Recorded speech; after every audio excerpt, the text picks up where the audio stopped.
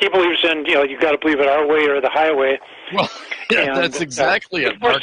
He was asked by Hannity, when he was interviewed by Hannity, he said, people ask me what my worldview is, and his response was, read the Bible. That's my worldview. And it's like, well, what part of the Bible, man? The New Testament, the Old Testament, the shellfish part, the linens and the wools, the gays? What part? The turn the other cheek, the love everybody part? What part are we really talking about? Keep listening to WCPT 820. Because facts matter.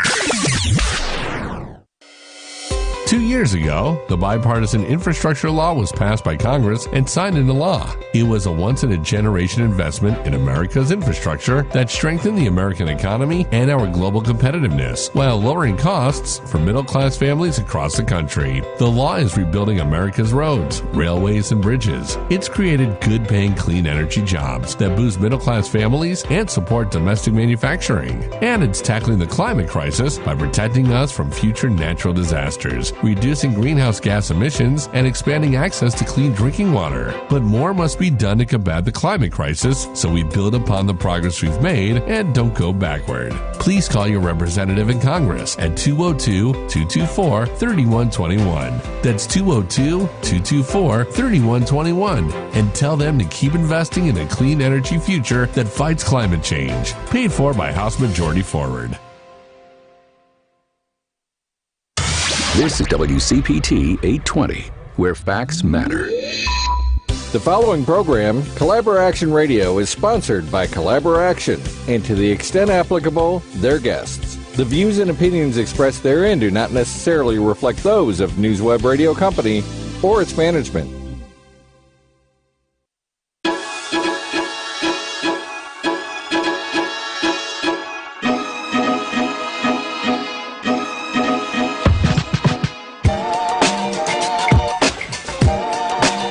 Collaboration Radio.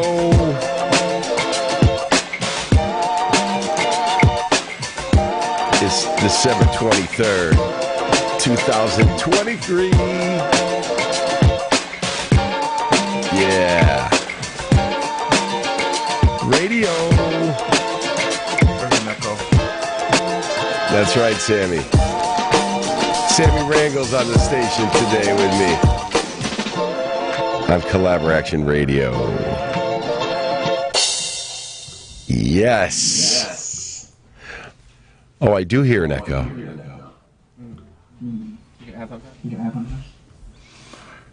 Huh. Well, that's strange. Sammy, you have your headphones on, right? I'm getting there. Maybe you should mute me.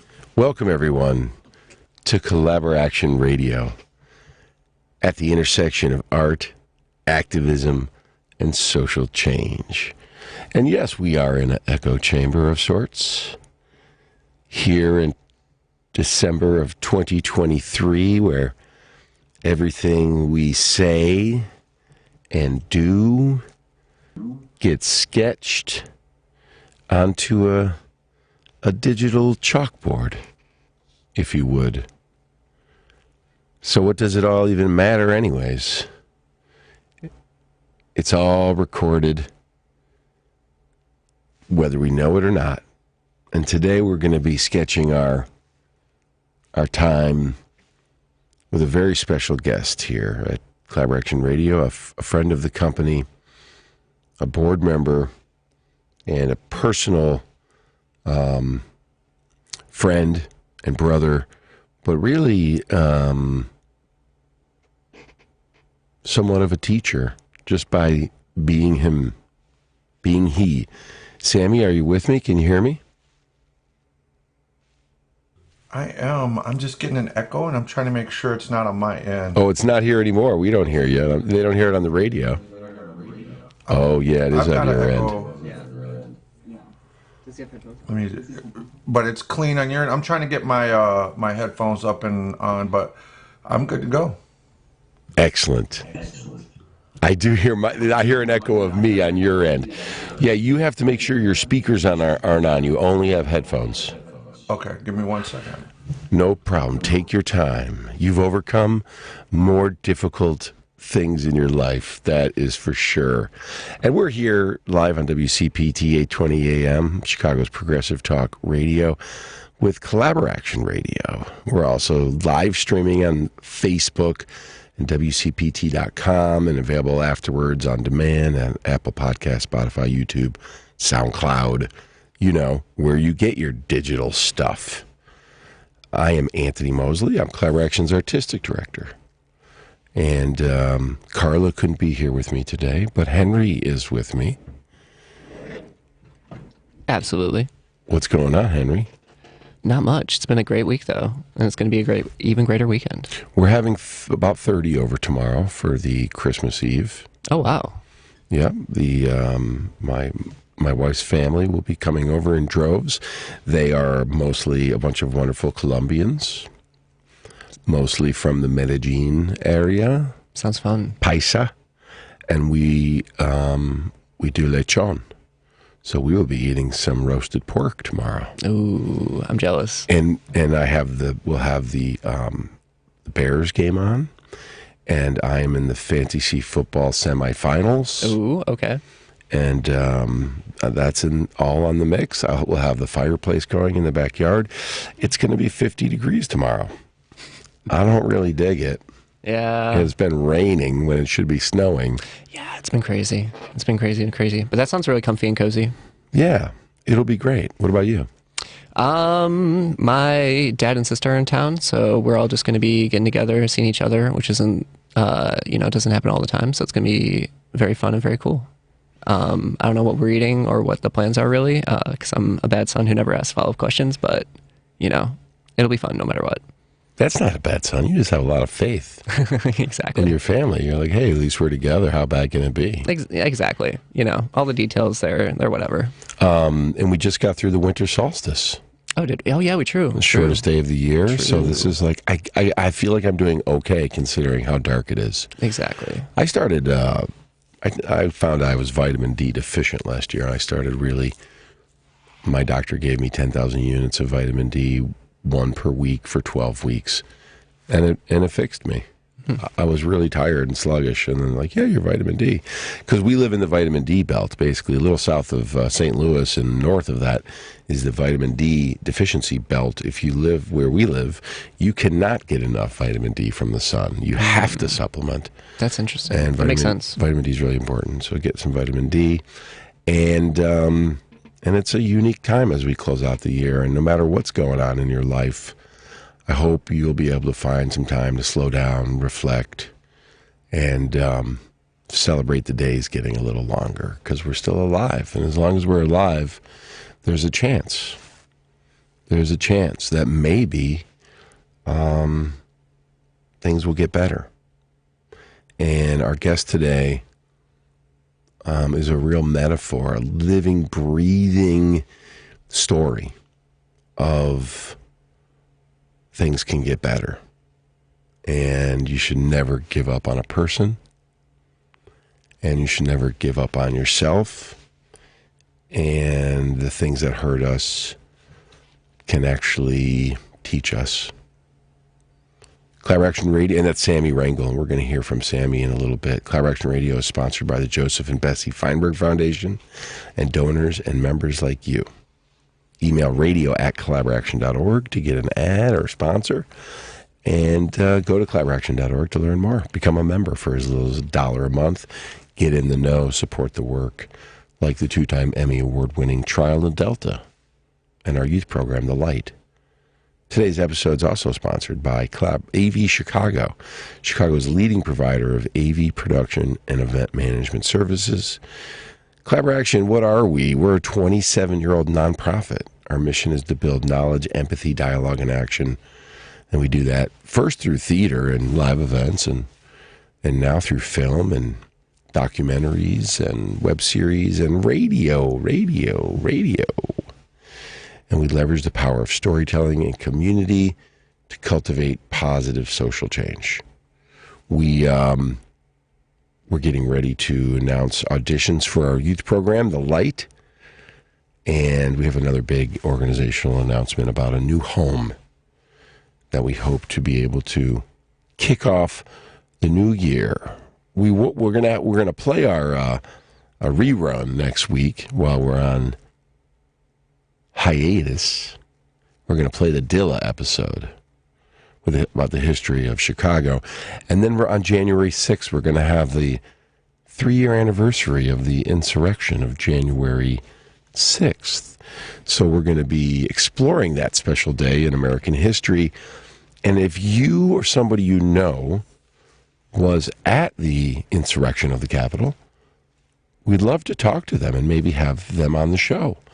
We've sent an email out to the owners of Tank Restaurant because we know they were there. And we also have a photojournalist and a journalist who were both there, who are going to be on the show, and Carla will be with me. But if you want to call in today, we're at 773-763-WCPT. That's 773-763-9278. And if you want to get on the show next week because you're at the Capitol on January 6th, 2021, well then call in or email info@collaboraction.org. That should be an interesting show. And the WCPT listeners, I imagine, will be all over it, as things have gotten really interesting in Colorado, where they have major climate change issues. I went out there, man, and the Colorado River wasn't running, and you couldn't go inner tubing, and the trees, it wasn't getting cold enough to kill all the beetles, so the beetles were eating all the trees. It's like... And they say Chicago's going to return to a swampland. So, we're going to return to what we were. It'll be wet around here. Everybody will have to wear those kind of suspender kind of boots that turn into a suspender. Waders, what are those called? I can't wait to see people walking down Milwaukee Avenue with those. So today's guest is a special guy, Sammy Rangel. Sammy, are you here? I am here. Can you hear me? We can hear you. All right. But we can still hear an echo of me. Here's the thing. I can't turn off the sound coming out of Zoom. I'm muted, but I still hear you on Zoom. Oh, yeah, you got to turn off the sound on your speaker. So we're going to just turn off... Oh, wait. Are you muted? Sammy and I are Zooming at the same time so that we can make eye contact. Did that work? I think so. Yeah, that worked. There we go. All right. Because you're using the same computer. I get it now. So, Sammy, you have... Congratulations on your life, by the way. Well, what I got to say in response is thank you for... your part in my life, brother. You're one of those mentors too. Lead the way, brother. Hey, we all are leading the way in our own little lane. There'll never be a better Anthony Mosley than this one, and there'll never be a better Sammy Rangel than you. And if you're listening at home, you are exactly what you were meant to be, and how you deal with it right now and the next now will determine what you will become. But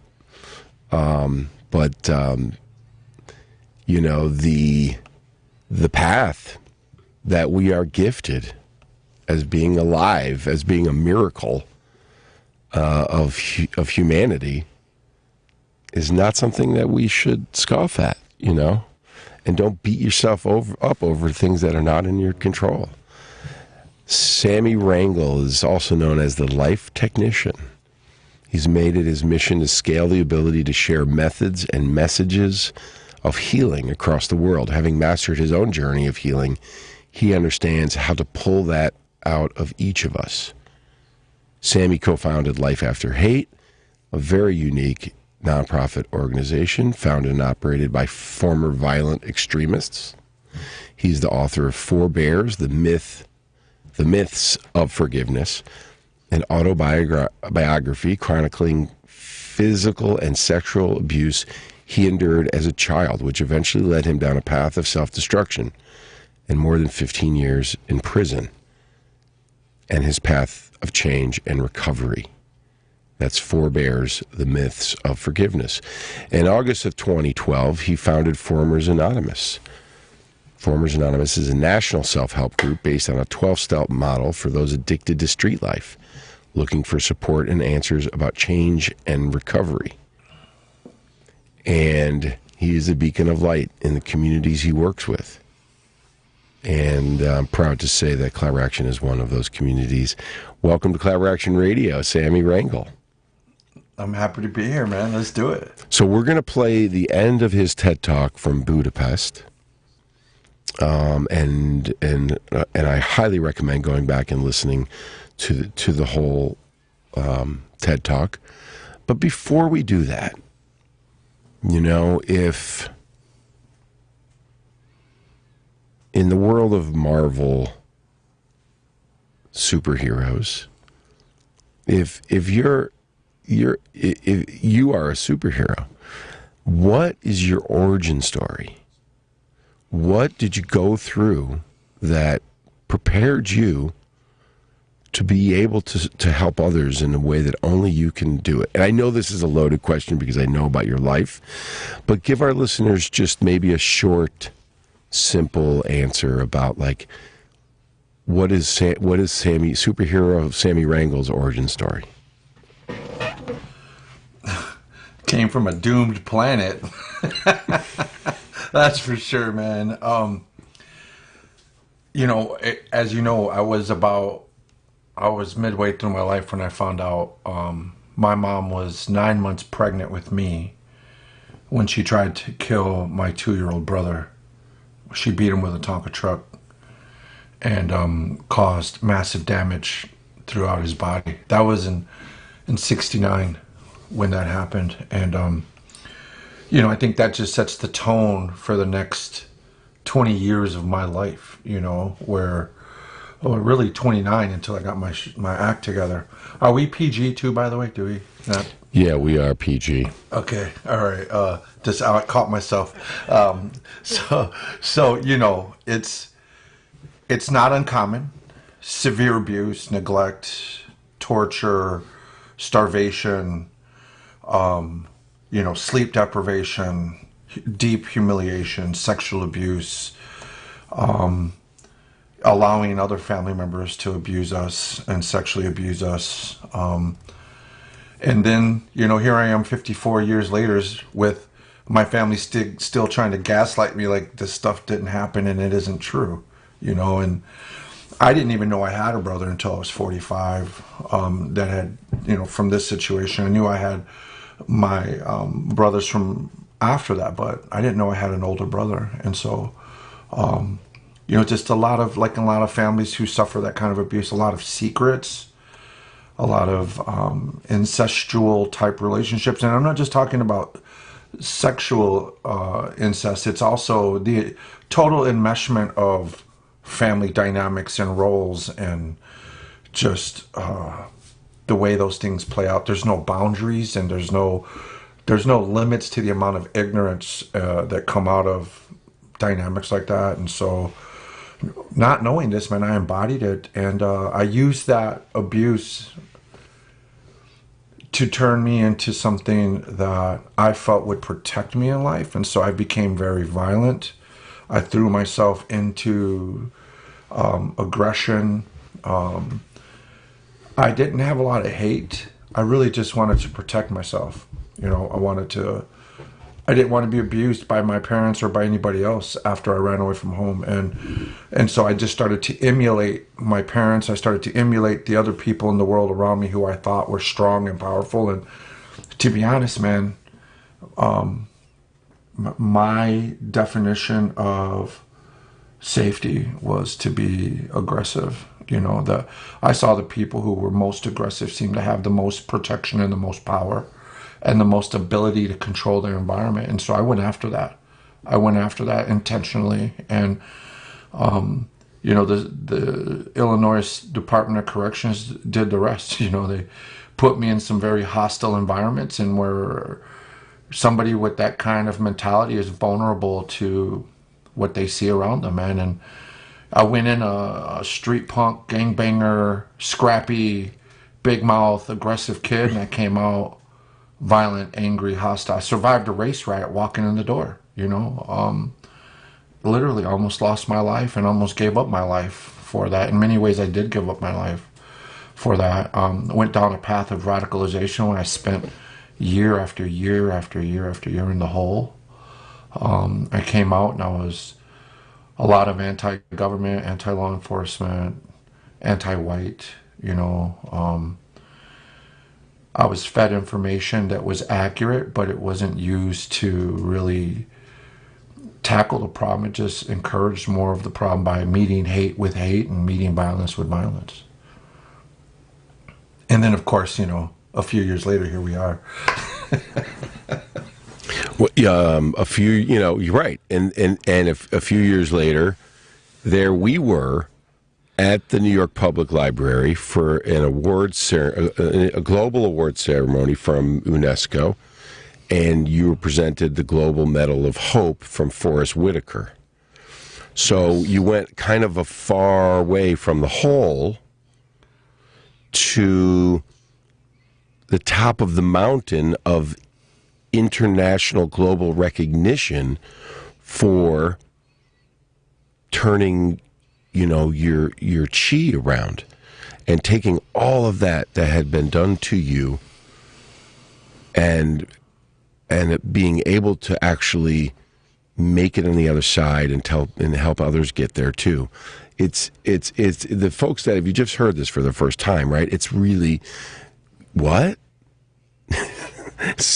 But it's important to realize that Sammy isn't actually a superhero. He's just a guy, and he's now you got a kind of regular life, bro. You got a wife and some kids and some land, and it's great. Let's go ahead and play this. It's about 2.5 minutes from the end of Sammy's TED Talk in Budapest, which is quite remarkable, and then we'll come back. And my turning point came with this next question. Sammy,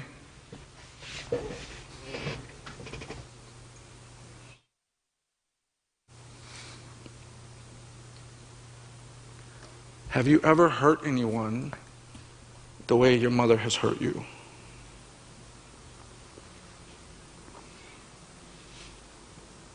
Since then, my life has been one long apology to my victims, to my siblings, to my children who I had abandoned at this point, including my enemies that I felt had deserved whatever I did to them.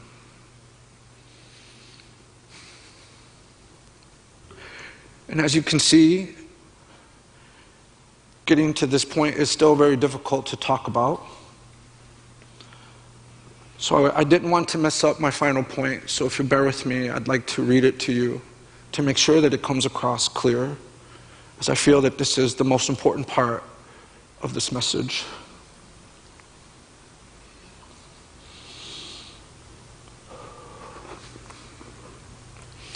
What I have learned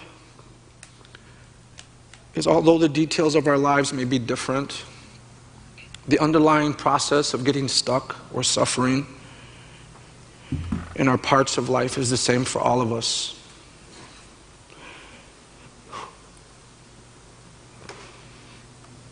We do not have to be victims of our experiences or in the way that we tell our stories. But interestingly enough, stories are the only way out. And it is us who creates those stories. We hold the power to change our stories. And what they represent. I invite all of you to consider if it would serve you well to create a new story and a new path. And to please remember that the things that held you down will one day hold you up. Thank you.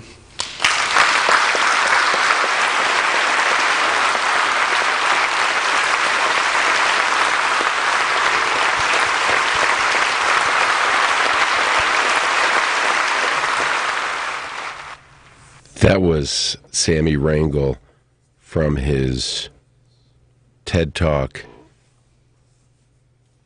in Budapest. Was it Danube? Danubia. Danubia, thank you.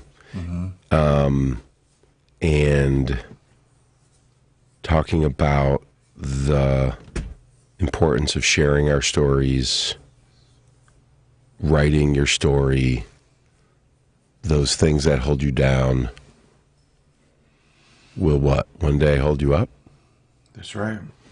And it's not just telling the story, it's mindfulness around how you're telling the story. Talk about that more, if you would. Yeah. I think we tell the stories initially from like an autopilot perspective, like a reaction. It was the worst day ever. This was the worst experience ever. That really totally sucked. Things like that, right? And that's our initial reaction. But if your narrative stays focused on just that, then that's all it will ever be, right? And we opened up with some of the wreckage in my life at a very high level, right? There's a lot to unpack there, but it was all wreckage. And as long as I told the story from that viewpoint, I was stuck in that wreckage, and there was no usefulness. There was no purposefulness. There was nothing. I'm looking to escape my own experience, but the way I'm telling my story keeps me trapped in that past experience in just that way. I'll always be 2, 3, 4, 5, 8, 11 years old in that story, and that person and that time is always stuck. But later in life, people that came into my life said there might be something else in there that you're not seeing.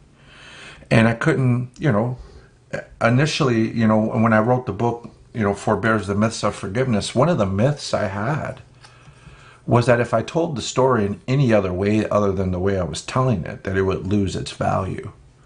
Because it was my recollection of the evidence of what had happened to me. And I didn't want that to be diminished. It had never been recognized. It had never been acknowledged. It had never been made right. There was never any apology, And so I thought, well, I have to keep telling this eventually to the world until someone makes it right. And then you realize, one, no one can or will make it right. There's just nothing anyone can do about it. But it doesn't help with some of the responses I was getting. That wasn't helpful.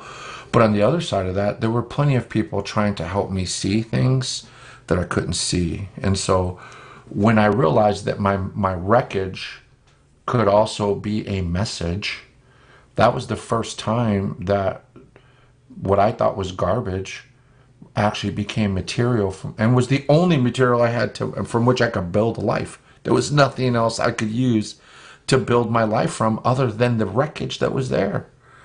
So I learned to salvage what I could from it and start to repair.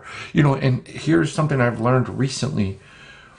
I was so desperate for the people who caused the damage to be a part of my process in the repair that it kept me stuck and waiting in limbo for them to come around. And I realized, one, it's probably not wise to have the very people who help dismantle your life put it back together.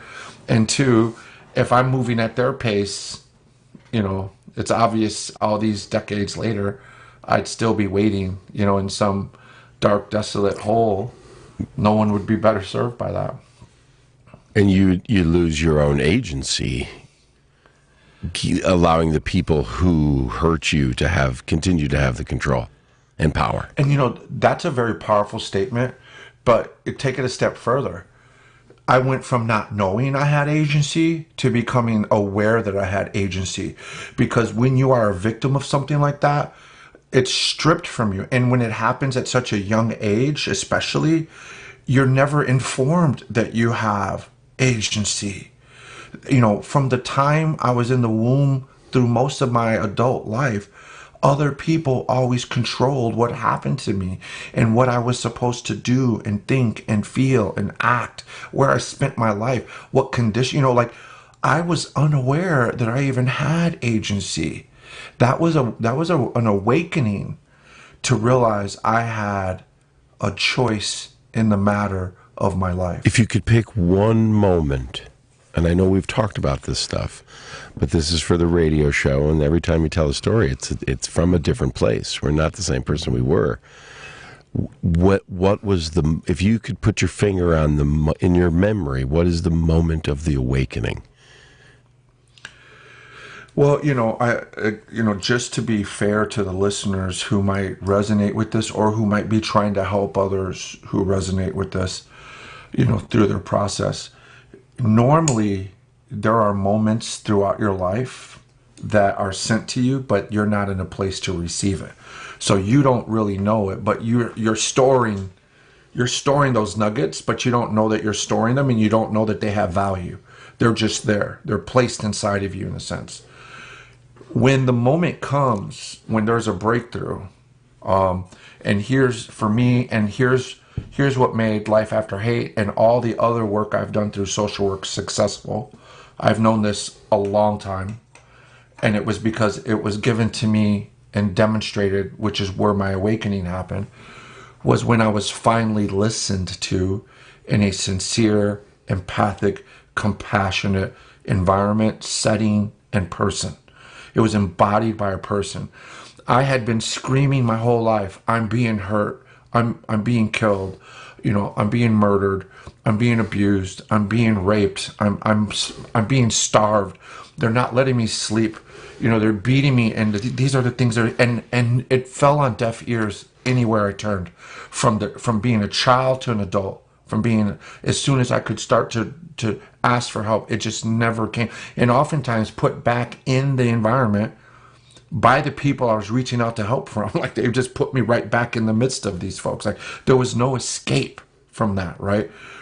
And eventually, I get in front of somebody who was different than the hundreds of thousands of people before him. And the difference was that he listened. He did an incredible job of listening. He validated me. He didn't validate the decisions I made. He didn't validate the wrongs I had done, the violence I was, the kind of person I was at that moment. What he did was he validated me. And after I told my story in depth to this man in a room full of my peers, the very first thing he said was, I can see that you're suffering. And that opened the floodgates. Because up until that point, all I had heard was I was just, I was incorrigible. I was a criminal. I was a waste of time. It was dangerous, And all of those things may be true, but none of that is what pulls you out of hate.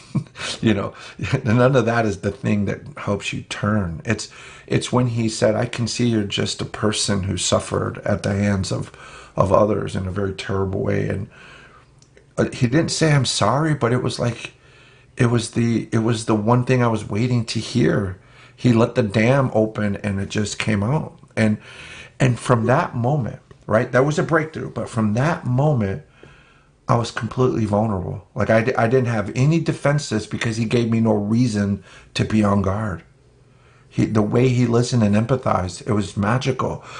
But now that my guard is down, now I'm primed to hear what he has to say. If he had tried to say anything before that, my guard would have been up and I would have been able to deflect it away. But now that he has earned his way into my heart and into my mind, now I'm open to hearing what he has to say. And he said two things to me. He said, I can see you're suffering. And that brought on a bunch of tears for me, like relief, like I'm stuck on this rock and a ship finally sees me after millions of ships never stopped to help me, right? And I'm just relieved that someone sees me. Finally. And then he asked, finally, man, I was 29. And every day was like a million days, it was like of hell. And then he asked me, he's like, I need to ask you a question. And I was like, what is that? And he's like, have you ever done anything like what was done to you to anybody else? And boy, let me tell you why that was important. Because when you become as violent, angry, mean, dangerous, threatening as I had, the one thing you have to do is put your regard for human life aside, for other life aside, and even your own. You don't see people as people. You see them as an instrument mean. You see them as something in your way, as an object. And it was the first time I had ever empathized and felt any regret for the things I had been doing for the last 20 years of my life at that point. Wow. So if you're a teacher or a boss or a father, a mother, a nurse, a doctor, and you have somebody in your life, and maybe they're younger than you, and you can't figure out what's wrong with them, maybe, if you're listening to this, remember what Sammy's saying right now, and just see what happens if you show up and you listen and you see somebody. And if there's somebody in your life that you're thinking of right now that's really a pain in your you-know-what, and the stronger you try to control them, the more they are uncontrollable, think about what Sammy can offer, and just take a moment and really try to see and listen to somebody. And that's the power of storytelling, because it can help you get into somebody else's shoes, you know? And I want to touch something else that you talked about, Sammy. We see these signs, these symbols, these things happen in our life, and they just, you know, there's no such thing as a coincidence. Sammy and I met by much more than chance, definitely destiny. That, you know, tell that story, Sammy. And but before we tell that story, what do you think about symbols and signs, and now that you're able to actually react to them more than you were before? Tell everybody your perspective on seeing signs and doors opening and feelings that there's some kind of divine logic communicating with us along the way, if only we will listen and pay attention. Yeah. So I want to answer that, but I got to go back to a framing of a statement you made when you said when you're trying to find out what's wrong with them. That's I've learned to move away from asking what's wrong with someone, because when you think of what was happening to me from the time I was born until the time I was 11, the serious life-threatening abuse that I was getting on a daily basis, any reaction I had to that was not a symbol or a symptom of what was wrong with me. It's what was wrong with my parents, what was wrong with the system, what was wrong in my world. I was reacting out of pure nature and instincts and repercussions, symptoms of abuse. But every part of my behavior was labeled, and it labeled me, but it never labeled my family. It never labeled what my mom did, what my dad did, what my uncle did. I don't even know if they ever spent a day in jail for anything they've done to me. You know? So it's not that something was wrong with me. It's what we could be asking is, and helping that person discover, is what's not working for you right now? Like what is not working in your life right now? Because now we're fixing the thing around you. We can maybe do something about that, but the messaging about what's wrong with me, I've been told something's wrong with me my whole life, and that's gaslighting at its finest, because there was nothing wrong with me. And when you really unpack what I did as a juvenile, you'll see a lot of it was survival, but it was labeled criminality. It was labeled, a delinquency. It was labeled truancy. It was labeled runaway, But the things that were done to me were never scrutinized. Everyone got away with everything except me. So that's just that thing.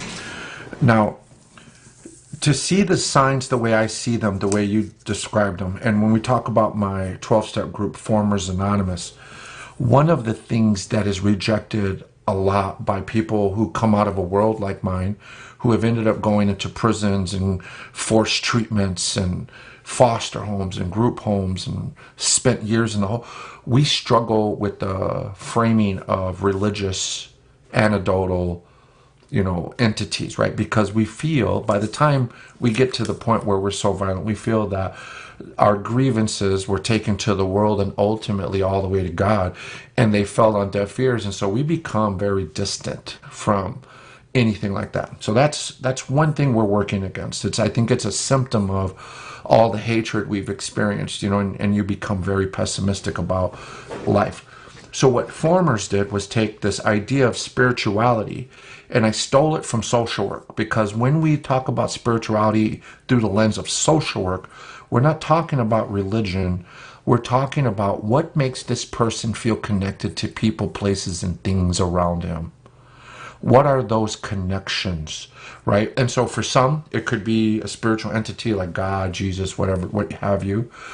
For others, it might be their freedom. It might be their children. It could, whatever it is, it's to each his own. Like, you have that, right? And so to experience the signs that you see as something positive, you have to feel connected. A lot of the times when we're in that old life, we see these signs and we see them as threats, or we see them as they're not credible, right? They're we see them as uncontrollable, and so we don't want anything to do with those signs, and we're too distracted with our own pain and suffering to really recognize the signs, right? But today, where I'm at, and I think where we can get at through a process of healing and the self-work, the counseling, the therapy, the self-help, the mentoring, the talking with others, right, with peers that have been through things like us, but also people very different than us, right, like we never would have imagined. Those things start to bring back hope into life. And so to believe in the power of manifestation takes trust. And in order to have trust like that, your basic needs have to be met first, because trust is not a commodity when you're hungry, starving, cold, threatened, afraid. It's just not something you think about very much, right? And so here I am, very mistrusting, and here you are giving me the gold standard of guidance, but I can't take it in. I'm not in a place where I can even afford to hear what you have to say, much less want to hear what you have to say. So to be where we're at, it takes trust. And that trust happens probably 10th on a list of 1,000 things you got to do to get there, because a lot you start to learn to trust little by little, but you don't start from a place of trust when you're in your recovery, because the world has been so unreliable and so unpredictable. Every step you take in a new world is uncertain, and eventually you start to realize, like, it is okay to be here. And that is why right now in Chicago, as we have new arrivals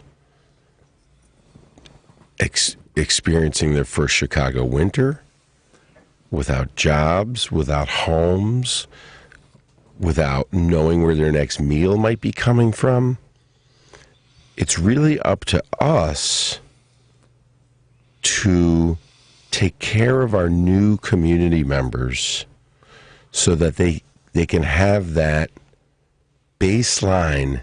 Because what you're talking about is when you're worried about survival, you're in a state of fight or flight. You're in a war zone. And when you're in a war zone, war, it'll mess you up. And there's an amazing PTSD therapist, Sammy, that I've connected with named Peter Sternberg, who is doing some amazing reconciliation work where he's going to places of global genocides and he's doing Tai Chi and Qigong in those spaces, and he's writing a manuscript. He's invited me to go to Vietnam with him. Wow. To the into parts of Vietnam. My father was an airborne ranger and did 2 tours. I consider myself a secondary PTSD survivor. And when I told him that, he said, you have to come and be part of my Elder Warriors group, where we have civilians and veterans come together to heal. And this guy, and I told him about you. You'll have to meet him. But so let's all, like, you know, remember that these new folks coming to our city via Texas or wherever, they're Chicagoans now. In their future, we have a stake in it. And it doesn't mean, it's not a scarcity net sum game. There's other people we got to take care of too. And if anything, they should inspire us that we are so lucky to live in a place where you would want to seek refuge, and that where you want to start your life with your family. As far as God goes, I heard this quote. I really like it. It's from AC/DC's road manager, Barry Taylor. God is the name of the blanket we throw over the mystery to give it shape.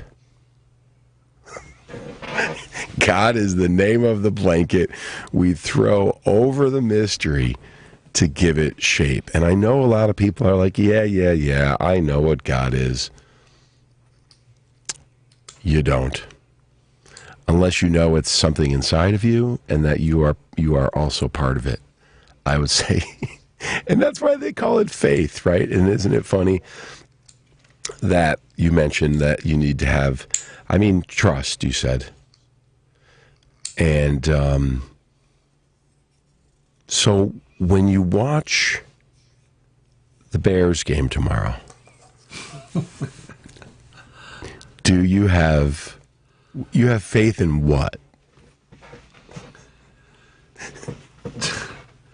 I can tell you, it's not the GM or the owner or the coaching staff. Like, it's Sammy I and I believe in Justin. We are. The thing about Bears fans, it's unbelievable. It's talking about trauma and tribalism.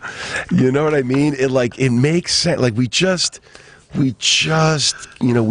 the team we deserve. And yes, we also get the team that the Hallis family decides to roll with, I guess. But like the Bears fans, we're worse. The Cubs fans, they bleed Cubby blue. The Bears have been eaten by a grizzly bear. We are just like all over the place, disemboweled and just barely alive. So that should be fun tomorrow. That's the real reason of this show right now. What a great, it's theater. It's the theater of our times. And it's twisted, and it's American, and it's capitalist, and it's violent, and it's crude, and it's based on greed.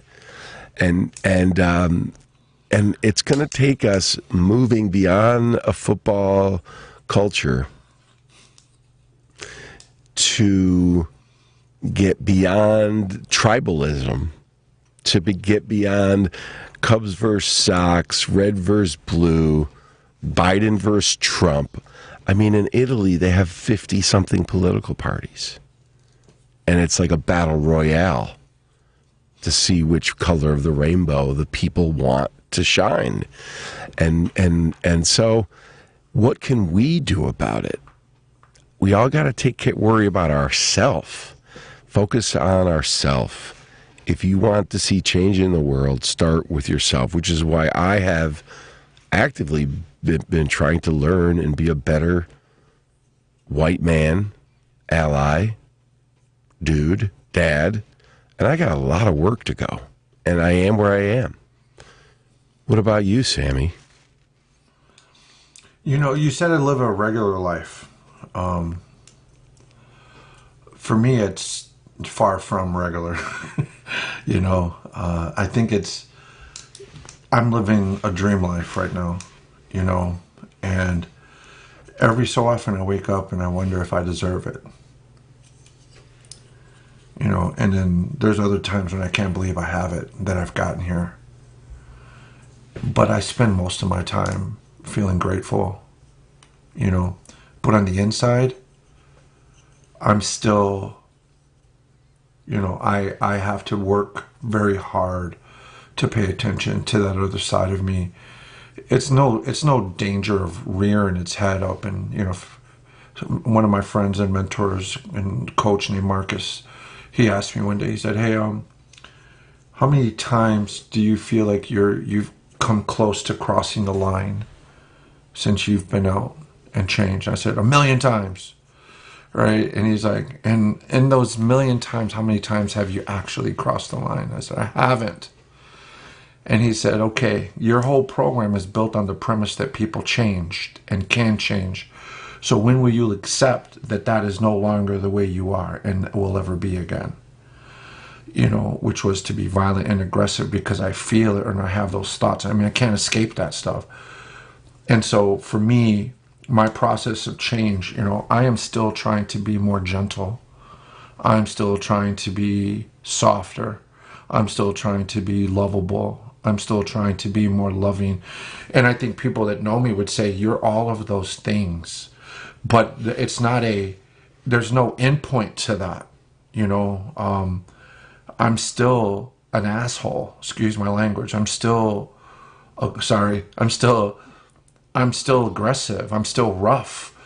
Bless my children and the people in my life who have smoothed out a lot of those edges.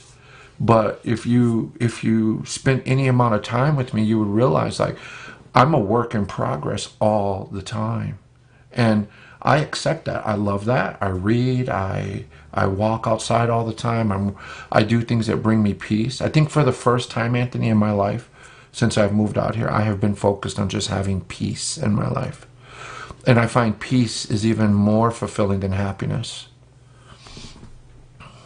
Happiness is it's a marketing concept. There you go. It's like people are like, well, I just want to be happy.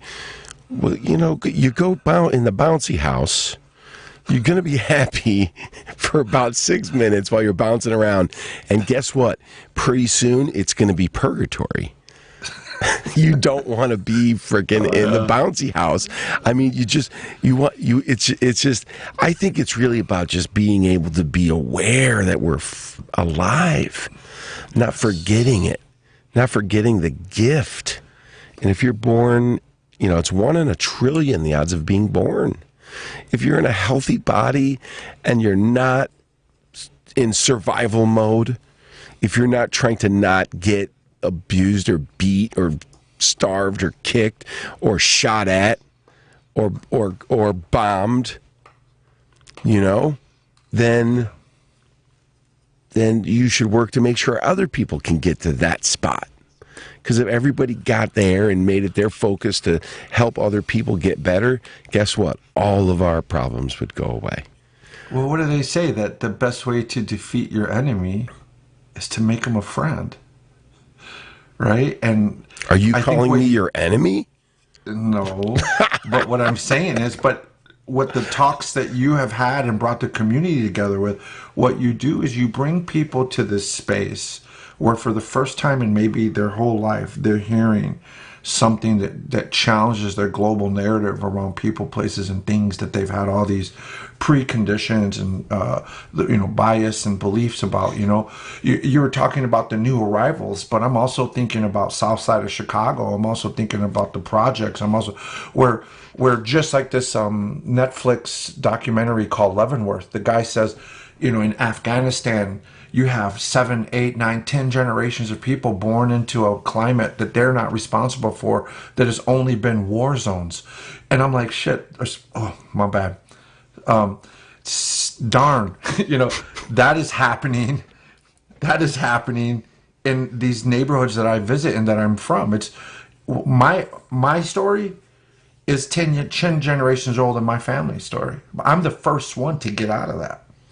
Everyone else is still stuck in that. To be alive today, we have to have 40,000 ancestors. Wow, imagine that. Imagine going to Wrigley Field.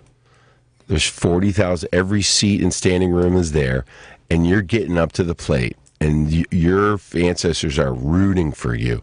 They're saying, wow, Sammy, Sammy. And the pitcher winds up, and he pitches you the high, hard one, and you manage to turn on it. And you hit it onto Waveland Avenue. The thing is that 20 years, we are close friends. And 25 years ago, though, I might have been a guy who you would have looked at and been like, look at that guy. He's everything that I am against. And I might have looked at you and been like, who is that guy? And so thank you for joining us today on Collaboraction Radio and sharing. And I hope people will go check out your TED Talk and then go get your book. And is there anything you want to leave our listeners with as we wrap up Collaboration Radio on December 23rd, 2023? Yeah, just remember, no one is broken beyond repair. Nobody. And that doesn't mean that people shouldn't be held accountable, but you don't want to condemn someone, and you don't need to concede good points, but you don't have to condemn in the same breath. Just remember, change is possible, but we need help to change. It's not just my job to change. I didn't change on my own. There was a whole slew of people who are responsible for who I am today. And I mean this, Anthony, I'm not just blowing smoke there. You are a part of that process. You improved my life. You embraced me as a friend, as a brother, as a colleague. And I am and have learned a lot from you. I appreciate it. And the thing is that so have I. You have changed me and made me a better person. And I thank you and love you for that. And that's why we're going to look over the FCC violations that happened on today's show. What a show, Sammy Rangel. Catch us next Saturday at 4 o'clock. We're going to be doing the Dilla rerun show, The History of Chicago. And then January 6, 2024, the 3-year anniversary of the insurrection. You might want to bring me back for that. I got a few things to say. Well, you should call in and join. We would love to have you. Yes, let's do it. Thank you for listening. Catch us when you catch us. Take care of yourself. Listen, see people.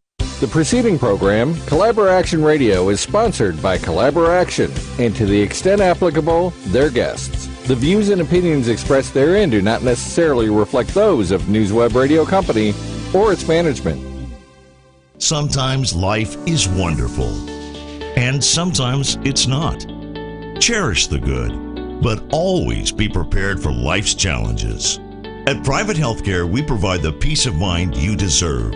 Private Healthcare is private health insurance for ages 65 and under with medical, dental, vision,